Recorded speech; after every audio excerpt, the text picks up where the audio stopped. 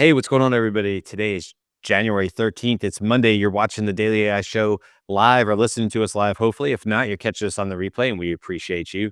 Today, we got some interesting conversations for you about our AI companions becoming too personal. So, here's some of the questions that we're hoping to address on the show today and just have an open, honest conversation about. And we would love your involvement. If you're watching us live, you can come over to YouTube and put your thoughts in the chat. But these are kind of things we're thinking about. Like, have you ever felt emotionally connected to an AI? And that doesn't necessarily mean like an AI companion. That could just be ChatGPT. What's that experience like? What happens for you when ChatGPT goes down? What kind of response is that? Like, what do you think should be put in place when we talk about AI companions and children? Is it really just having the same conversation as social media over and over again?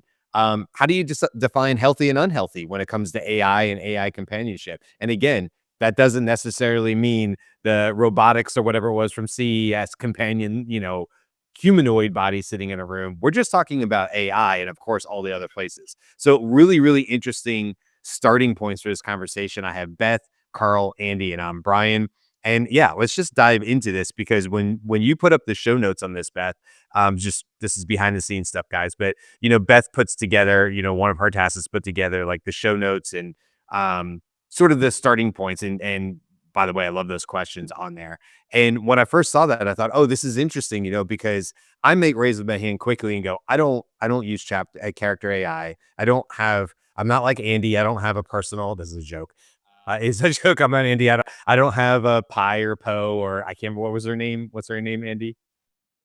Oh, Lana. You're saying A Lana. lot. Yeah, a lot. It was Lana, right? I read his lips actually, and I was like, he said Lana. That's amazing. You did read my lips. That's Yeah, which I can't do, but I totally got it when you saw your mouth move.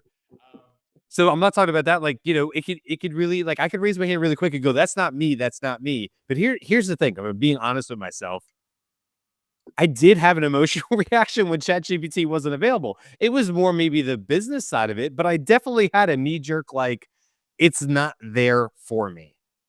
And there's reactions that happen with that. So I don't think anybody is immune to this, but also we want to talk about some of the deeper sides of this, such as teenagers feeling like they're having emotional connections. 14-year-old unfortunate story, which hits home for me. That's how old my daughter is, who had an emotional connection and actually led to suicide. So there's some really serious sides to this. And then there's the like, well, what does this mean? And do we need to learn from social media? So I'll stop there. That's just where my brain is. But I don't know, Beth, what were your thoughts as you were like sort of putting together some of these notes, which by the way are awesome. So props to you for the notes on today's show. Thanks. So we were Carl, I think, actually suggested the topic of like what was happening with character because characters now had a second public news story about encouraging someone to self-harm and maybe harm their parents as well. So like there were some stories moving through that. We made the executive decision that maybe we don't do that during the holiday section of time because those are times where people are having kind of extreme emotional experiences, I think. So this was bringing that back. And it is a really interesting story, and partly because Mir Murati said something like back in 2023 about Mir Murati was CTO maybe of OpenAI and then left recently in Also the CEO for like 24 hours. CEO for 24 hours and is starting her own thing. I Uh, put it on my LinkedIn. That's all I'm saying. but she linked the expansion of memory and the AI being able to remember what you had said with emotional dependence, right? And manipulation and that blurring of trust because we like uh, oh, you get me. That's amazing. I'm so glad you remembered that about me, right? Like that's Mm. still imperfect, but that is what we do with each other, right? Like I feel closer to you when you have remembered something we talked about 6 months ago. And I feel understood, and that creates an emotional, like, playground that I'm not sure we're prepared about or that we really understand what's happening there, right?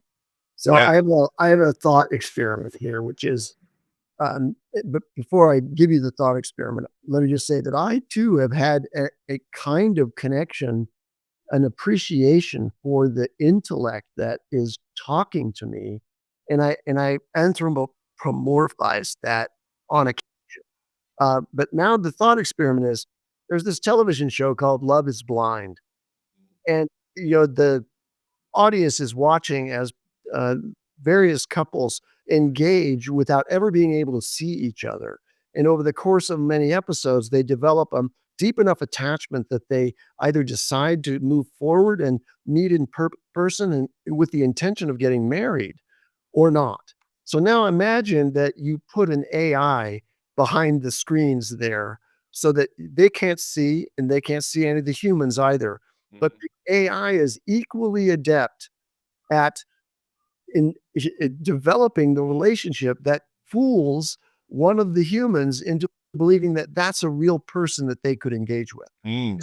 That's just an illustration of how crazy and dangerous it may be for AIs to intercept a human's desire to connect with people in a language way, like the mind to mind, rather than just purely physical. Because in many cases, when they finally meet in person, when they finally have the full bandwidth, you know, all senses communication that's going on there, it doesn't work out so well. That's an amazing thought experiment, and you made me think of I wanna say the show is called my wife likes it. She likes Love Is Blind too, so I'll see it in the room in the when she's watching TV.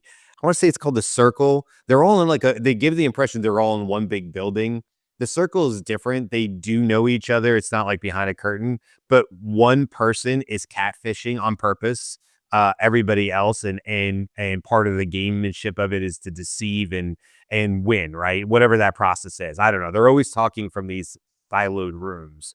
But like it's sort of an AI voice that talks to them back and they send like almost like emoji text and stuff back and forth. It's a little weird. Anyway, you made me think, Andy, like, yeah, what if the show, The Love Is Blind, is like at the end, they're like, and also one of the people behind the other side of the wall isn't a person at all. And then say to them, surprise, there's no human. The other nine of you got humans. But one person, this is the twist, one person, it's AI.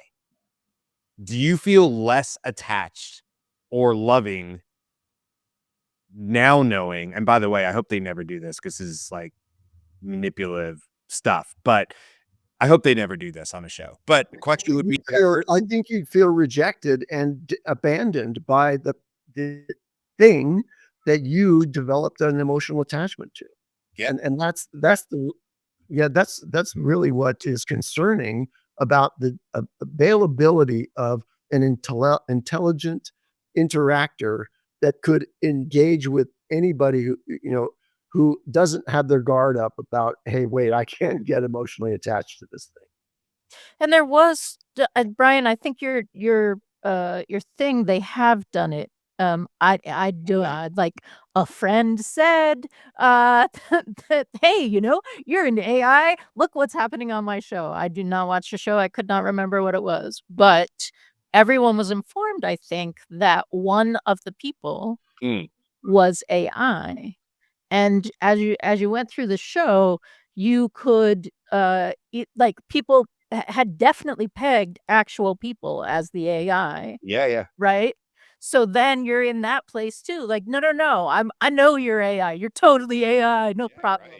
And now you're wrong about that, it is a human, and you were developing relationship with the person who was actually AI.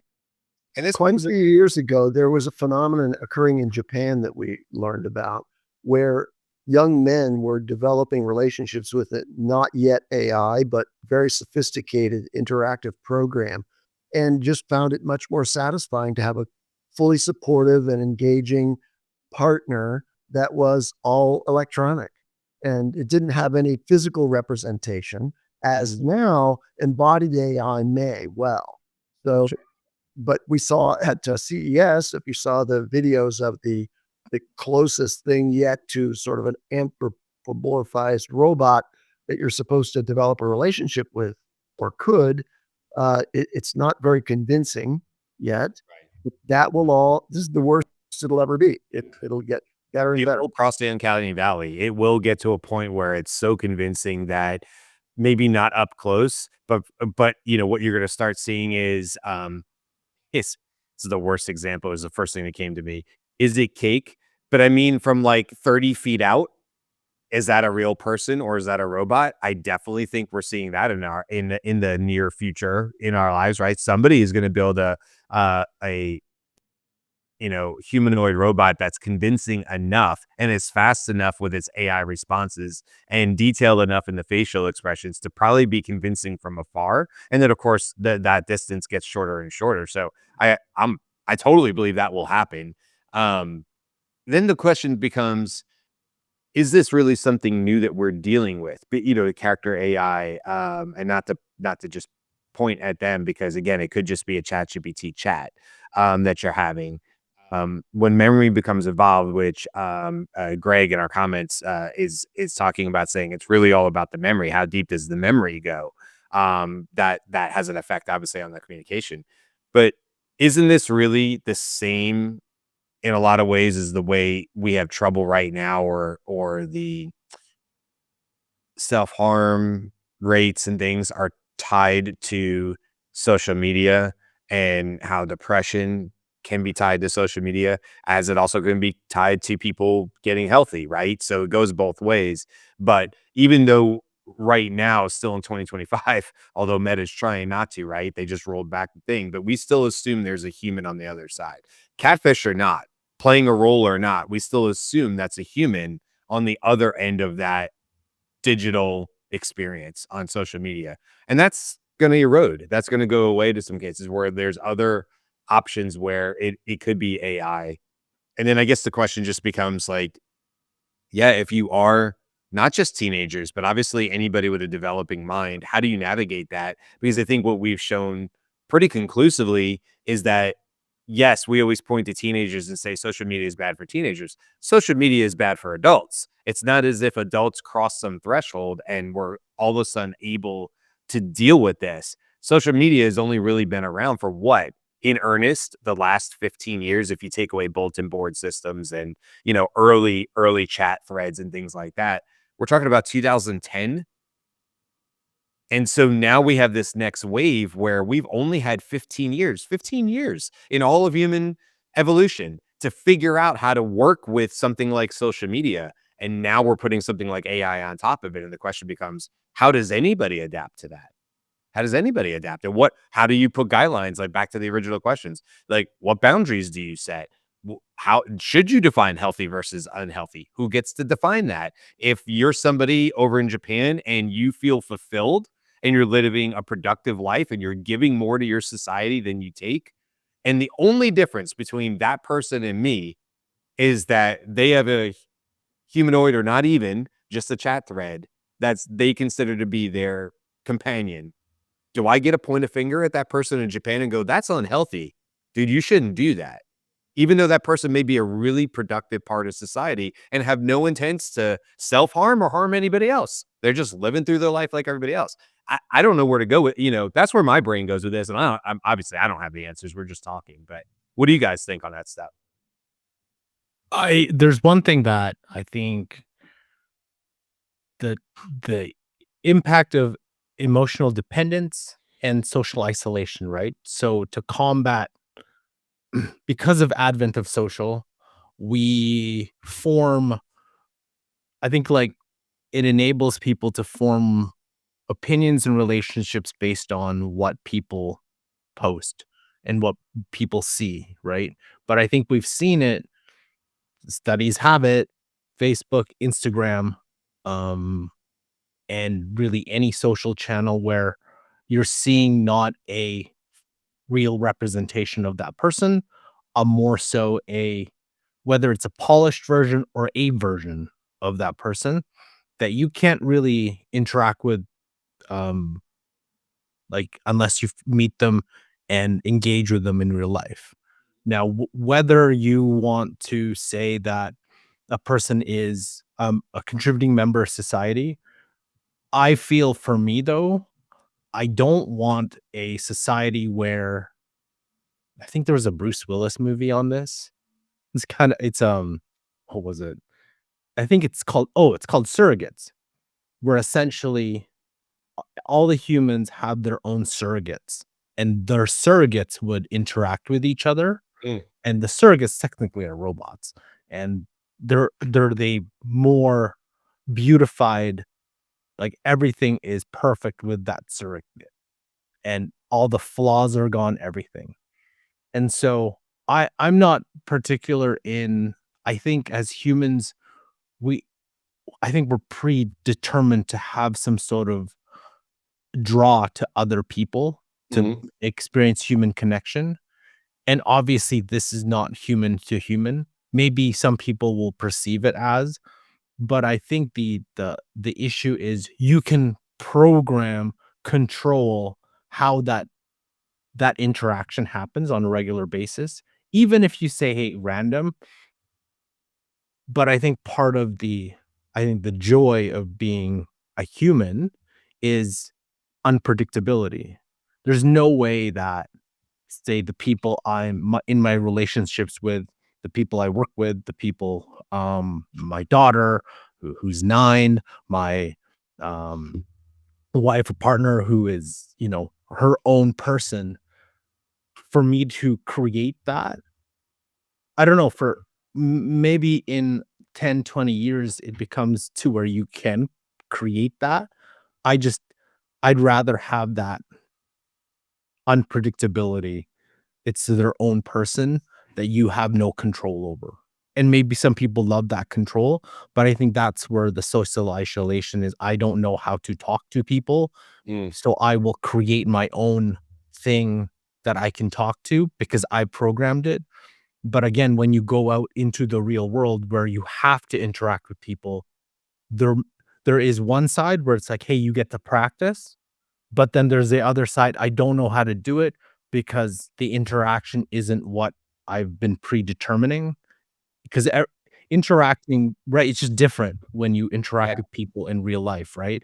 And Yeah. that's where the whole issues I think I was reading multiple things about why there's difficulty in people dating today because of the real life interaction is difficult for some people.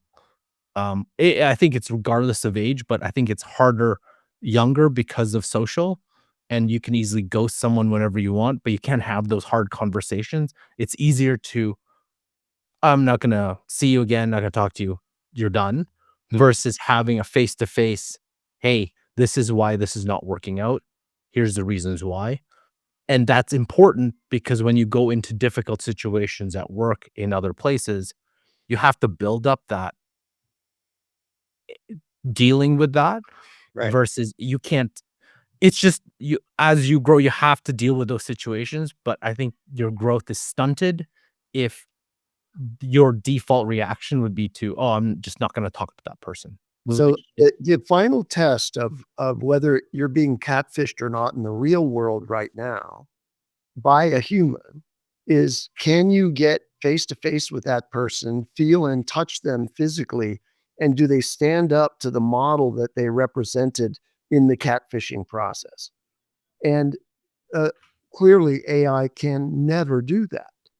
And I think that eventually the social isolation and the difficulty of finding ways to practice person to person engagement, especially across the genders, it is going to have to be solved somehow, because otherwise it decays into this situation where one side of the party, the young boys in Japan, they don't care to try to work with real live women because they've got this sort of sufficiently satisfying relationship with an AI.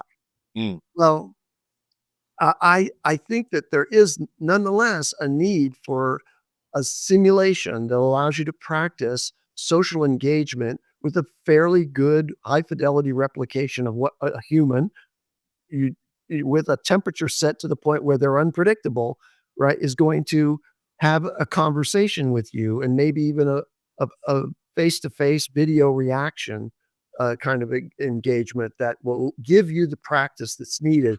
But the final test again is, can you go out and real time, live, be with humans face to face and stand up as the practice person that you want to be?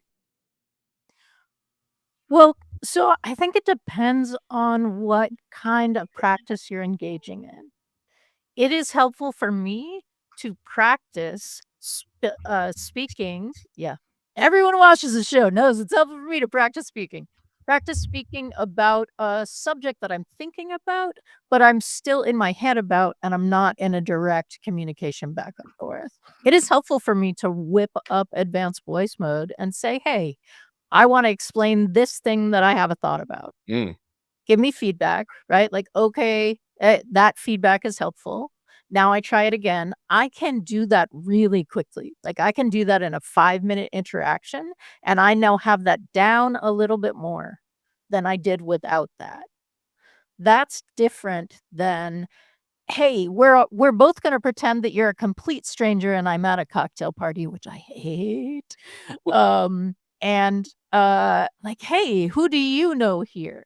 That doesn't give me practice because that's, like, I'm talking to my phone, which I live with and is not a stranger, right? Like, that's not a simulation I can create.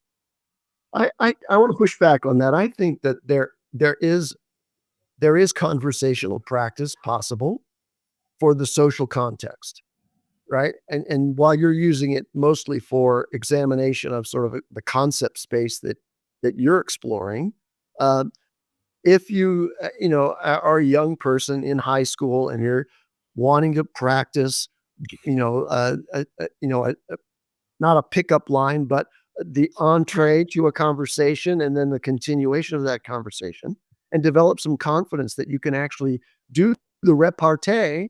Well, I think that AI can serve a very great purpose there in helping people who don't have zero practice, right? Like they just never had the guts to go up to someone that they might be interested in emotionally. Right. They have that sort of unwritten, unspoken attraction, the physical attraction, but they don't know that they can speak to it. So I'm all in favor of giving people practice with that, but as long as they understand that it's practice, don't get emotionally engaged with your practice partner, which is a simulation. Which is hard, right? And I agree with what you're saying. What I was saying was that I can't simulate being, freaked out that I'm talking to my phone while I'm practicing with my phone because it's helpful for me, right? Like, that scenario, I can't add that in, but I can definitely, yes, and get some feedback about that. But then what happens when, like, the conversation went really well with your simulation? Like, wow, I felt really understood, and when I did this in real life, oh, man, don't I prefer the simulation now? That's the slippery slope, I think. I mean, when you were saying it earlier, Beth, like, oh, you were saying like what your experience is right now, and you're able to easily disconnect the two because they're not. You're like, yeah, no, this is just practice, and this is just me. What you said, Beth, reminds me of when I go to shoot videos. I try to do it in one take, so I do shorter videos. Like if I was going to do a summary of this show, I might do that in a 1 or 2 minute video. More than likely, I'm going to shoot it twice. The first time is just for me. Now, I might nail it, and it may actually be the one that goes out. More than likely, as I am saying it out loud, I'm editing and working some stuff out, and I'll want a second shot at it. More than likely, I'm going to be more succinct than I was the first time, for sure. Because I think I'm a person who thinks out loud. I think out loud on this show. It's quite literally what I do is I'm thinking out loud right now, and that becomes the conversation. But if you gave me this entire show and then say, come back in an hour and talk about it again, I would be more succinct. The other day, we accidentally didn't press live on the show, and I started the intro twice. Once you guys heard, and once only Andy and Beth heard. The second time was more succinct, for sure. It just was. So I think my point to this is what you're saying, Beth, I get. And there's value in that. I've never done that, but God knows there's value in that, especially if I'm walking into an unsure situation or a different model of conversation that's making me nervous. But then isn't there a slippery slope there that says, well, as this AI technology becomes more advanced, it's going to be able to be more personalized than those recommendations to you, Beth, maybe then to the person. And then if it keeps going down that path, at some point you have something that may feel less like practice and more feel like a replacement. And not saying that you would do that, but would you be wrong for not I'm trying to find the right word. Would you be wrong for just following that path and finding yourself at the location? In other words, you weren't seeking out or we weren't seeking out companionship, but we found ourselves with companionship. I think that's more what I expect is not that people make a line in the sand and say, I prefer not me. I'm saying for people who are introverts and just high anxiety in the world and they're just I'm just better in my apartment by myself or whatever this I don't want to stereotype. I'm in my house by myself, whatever the case is. I like my own space. I like to do things this way. Sure, I think we'll have people that make a choice to say, given this new AI technology, I now have a choice to not interact with humans as much as I used to, or perhaps at all. I can order everything I need and have everything brought to my door, and I actually don't have to interact. But what I think is it's Maybe it's not so overt a choice that rather you fall into it, just as people today fall into doom scrolling, and what they're doom scrolling to are a bunch of images of people that they're interested in visually, but they've been duped by the fact that they're using filters on that side of the presentation. Yeah. And you've seen the before and after pictures of look, this is what I really look like and this is what or here I am talking to you. This is not me. This is a filter. Now I'm going to turn off the filter, turn it off, and it's like a totally different person. Yep. So you're going to get tricked into that, and it's not going to be that you said, okay, well, I don't really need to be with people. I think they still underneath that is the drive, the social drive that you want to be with people, but you get sucked into the attention grabbing media, and it's already happened, right? This is the foundation of the grave concern that we have about the preparation of this generation that has been raised on screen time. There is one thing though. I think we are starting to see and more and more where and you're starting to see more social in real life social activities, run clubs. I think there's meetups in or parties that are happening in the mornings. There's decrease in I would guess nighttime or clubs. There's decreased attendance, and you're starting to see bits and pieces of the stats supporting it. Now, there was something about alcohol consumption with Gen Z being decreased significantly lower, but half of them are still underage, so we don't know what that still looks like. However, which I'm for someone who like me who rarely drinks, mostly because it's like a lot of sports, so I'd rather just not. I think though, when you see those kind of things decrease and you see a little bit more, I guess, more in real life socials, I would feel, okay, AI is there, but then there's also like, hey, there's people who, again, I still feel back to people want that human connection. And you hear there was actually a good you go to TikTok, there's that, like ChatGPT, right? And she has lots of good points, and she talks a lot about ChatGPT, but she was saying how she was at a dinner with, like, Silicon Valley experts and so on. They were talking about, the next videos on Sora and, all those different things that AI could do, and she was saying, "Well, haven't you heard what a lot of the teenagers are actually saying?" Which they're saying doom scrolling. They are saying, like, rage bait, all the things that social has some of the negative connotations of what social is, I guess, people are doing or the activities that are happening. And so I think there is I don't know if it's a backlash or more so of a, hey, instead of us just being always on our phones virtual, maybe it's the reasons why those run clubs and those more social gatherings in the morning are popping up because people are kind of wanting that real human connection. And I don't know if that's going to continue or not, but that gives me some hope that's like, hey, people want to get connected with each other, and people are actually starting to see that there's some, like, negative things of just being on your phone or being on devices all day long. I I think look, in the near future or in the not too distant future, whatever that is. I don't know, a decade, I don't know. I can imagine a day, Saturday or Sunday, we just went through the weekend, where I go out to run some errands. Maybe I go to Lowe's, maybe I go here, maybe I go there. Just errands. And most of my experience during that time was interacting with AI robots of some fashion. They could be humanoid, they could be touch point, they could be help me find this in aisle, whatever, whatever. And it's a rolling cart of a robot that greets me when I come into Lowe's. Maybe it greets me and it says, "Hey, Brian, welcome back. How did that last project go for you?" And I say, "Actually, it went great, but I picked up the wrong thing. I need those clip thingies that go this way." And I'm holding it up my hand like normally in Lowe's. And I'm like, "This thing, I need more of these thingies." And it goes, "Yeah, come on with me." And I follow a little robot or whatever. And I may go to 6 or 7 different locations and really never interact with humans. I might be near humans who are also interacting with AI, but I might not be. And so I imagine those days and I go, when I get back to the house and my wife said, how do the errands go?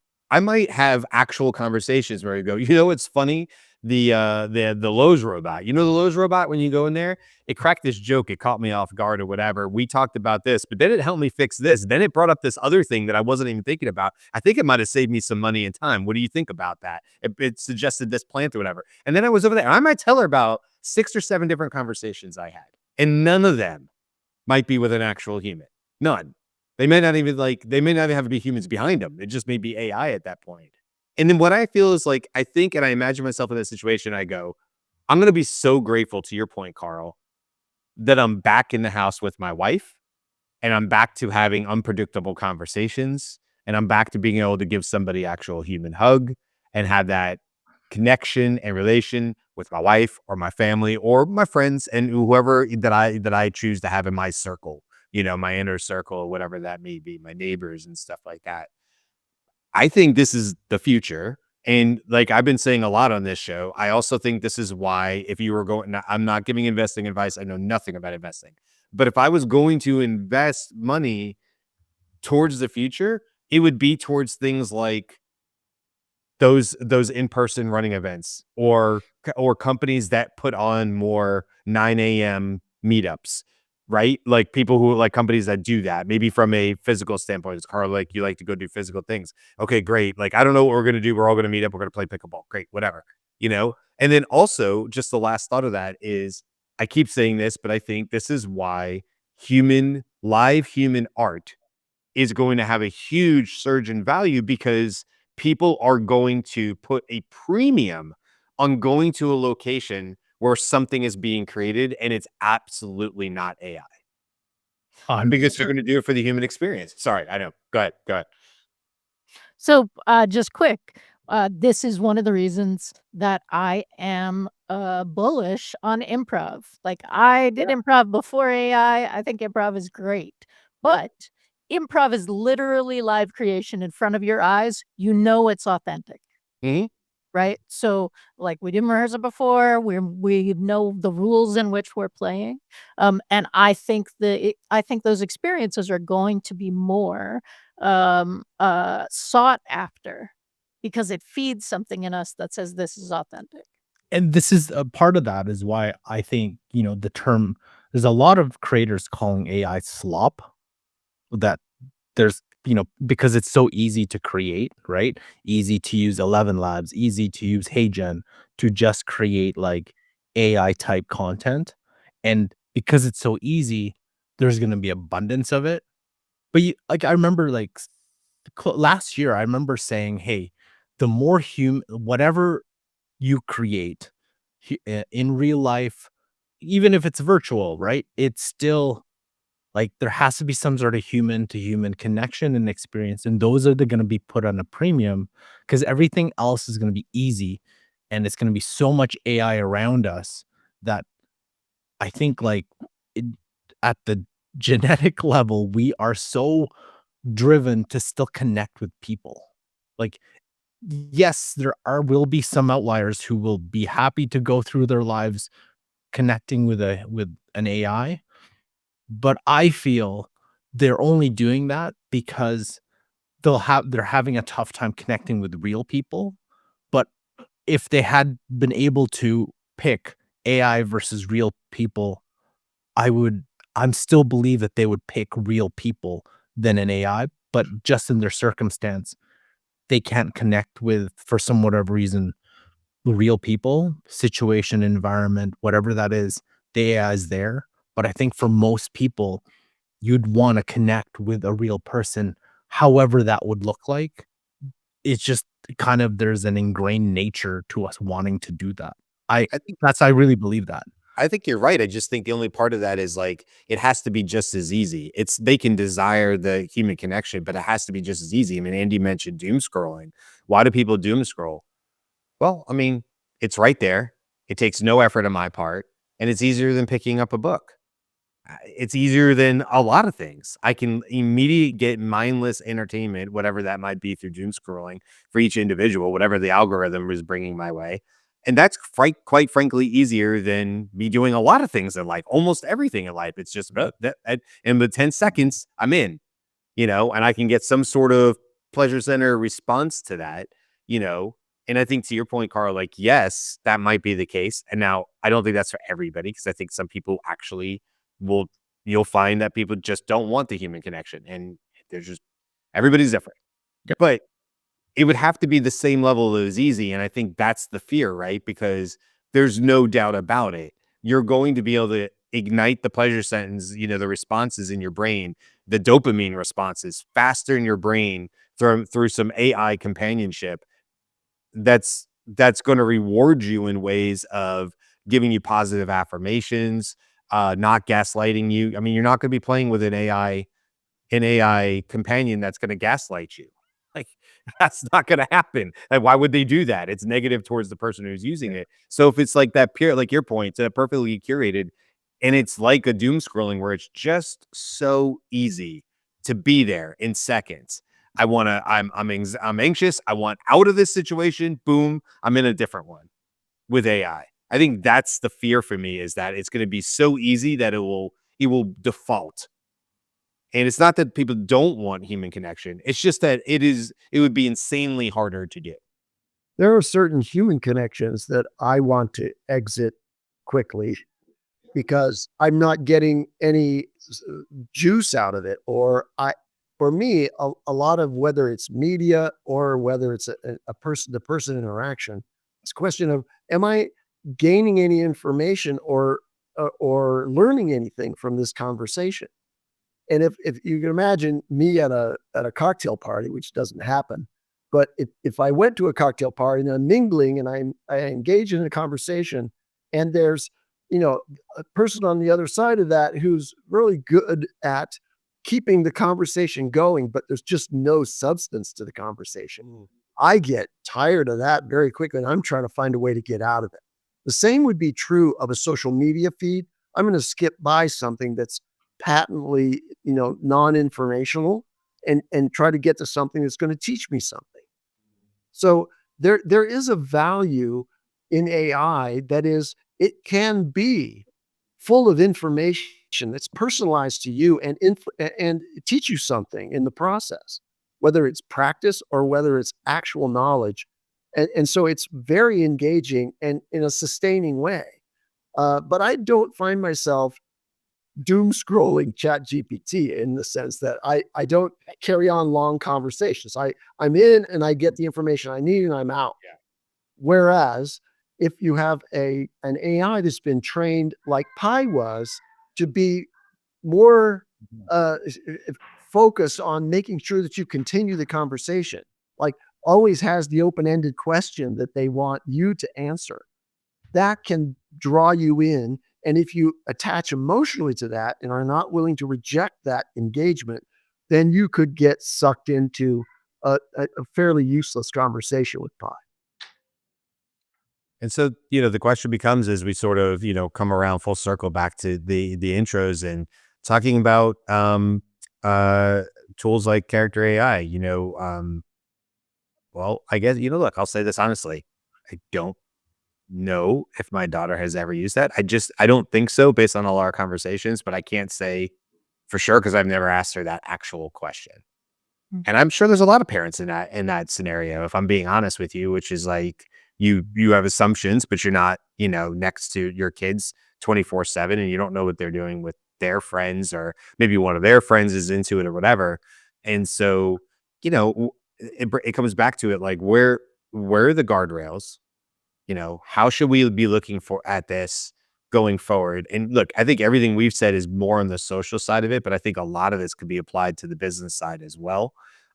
Because we're going to have AI agents and those AI agents, it would be a mistake to think they won't have emotion built into them, that they won't be an assistant, but not just an assistant that gets you answers quick to your point, Andy, and makes you more efficient at your work. They may also have a lot of ability to make you feel really great about it and make you want to detach more from your other coworkers because you have this amazing assistant. So I just to the point that it could be brought on both sides. It's not just personal, but also social as far as social and business as well. But and then the other side of that is like, again, where are the definitions of healthy and unhealthy here and who gets to make those decisions? You were to say something, Beth. Well, so on the business side, I think that I see that starting to happen for me in some ways, and Mm, I am super informed about AI, right? And this and the AI that I'm gonna talk about is Perplexity, right? Perplexity is not trying to give me relationships. It does not have, like, memory, it's not saving information about the kinds of things that I'm searching. And it has a list of follow-up questions at the bottom, and you can write your own. There's some sort of update thing that happens that really like, Perplexity fix it because it's a bummer when it happens, but there's some sort of update happens where the questions that you're asking, you're not using the regular follow-up, you're asking your own, doesn't like, something shifts in that, and it's no longer answering based on the context of the conversation that you're in. And I get very entitled and angry about that, right? Like, I didn't start a new thread. Come on. Just like, why are you telling me about this? This is literally I've like given you information about the Daily AI show, the subject that we're talking about. And that is an authentic emotional reaction that I'm having. Like, how are you not understanding me because yeah. I'm following the rules, right? Right. Yeah. I'm doing all of the things. And, like, it's AI, right? Like, when Google just gives me weird search back, I don't I don't get really angry about it, but my relationship with Perplexity has been set up that I can go really deep in a conversation, and it's tracking it as long as we're in the same thread. And when that isn't happening, I am angry. I am authentically reacting emotionally to this, that it's not being what I expected it to be. You're 100% right. I've definitely emotionally reacted to ChatGPT. I walked out of my office in frustration if it's in the evening and my wife is around and she's like, "What's going on?" I was like, "Everything was going fine." And then, or Andy, what you're dealing with Replit, like Andy's, whether you want to talk about it or not, Andy, like Andy's situation with Replit, I might have thrown a computer by the time I'm at where you're a lot calmer than I am, and it would have been wrong, and it would have been dumb and, Neanderthalish of me, but, like, the situation you're dealing with, Replit, oh, that takes all the patience, and it's hard not to get e emotional about what the program is trying to do, you know? Yeah, I agree. My impatience comes from the circularity of the exchanges with the agent, where it'll make a mistake and it'll be so apologetic and say, "Oh, yes, you're right. I'm gonna fix that," and then it comes back and it states, or maybe it or another of the agents in this multi-agent system, which is coding, states once again exactly what they were doing before, which was wrong. Yeah. So it's like they're not talking to each other, and so my frustration is because of the irrationality of the exchange. Mm. If it were with a human, I would get angry with the human and say, "Wait, I expect more of you."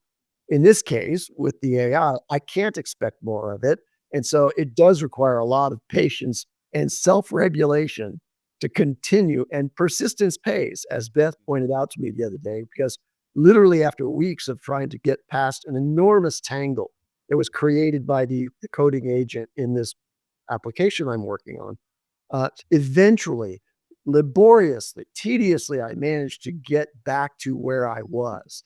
Yeah. But it cost way too much in time and patience to do that. Right. Yeah, I would say a lot of time, just based on the stories you've shared with us on that. And I don't know, you have patience of a saint as far as I'm concerned with some of the stuff you've dealt with it. And you're getting there. But I love what you said, which I think is really important, which is, hey, if this was a human, I'd be disappointed, because who wouldn't be disappointed if you had this whole conversation with somebody and they'd say, I understand what you need now, Andy. Let me go away and I'll come back in an hour at the answer. And then they come back and they present exactly the same problems with nothing changed. You'd be like, what did you do for an hour? Like, he came back, so you'd be disappointed in a human that, like, at a basic level, like, come on now, we just had this conversation and you don't seem to remember anything. Like, that would be beyond frustrating. The problem, I think, is Replit, any of them, they're going to get infinitely smarter, and our barrier between what we're able to distinguish and say it's AI, of course it wouldn't know, that's going to erode. And I think what you're going to be left with is something that you go, no, it definitely should know. In fact, it's past humans. It not only should know, it should be better than humans. And then what happens once you get frustrated with a program because you go, you're smarter than a human in this. And this is the bare minimum I would accept from a human interaction, of somebody walking away and walking back into my office with a solution.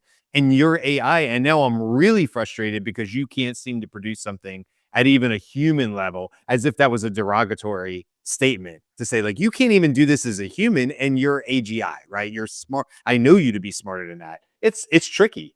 And this, I think, is part of what Jan LeCun is talking about in terms of the current AI is not as smart as your cat, right? Like, your cat may run into the wall once and, like, step back and reassess.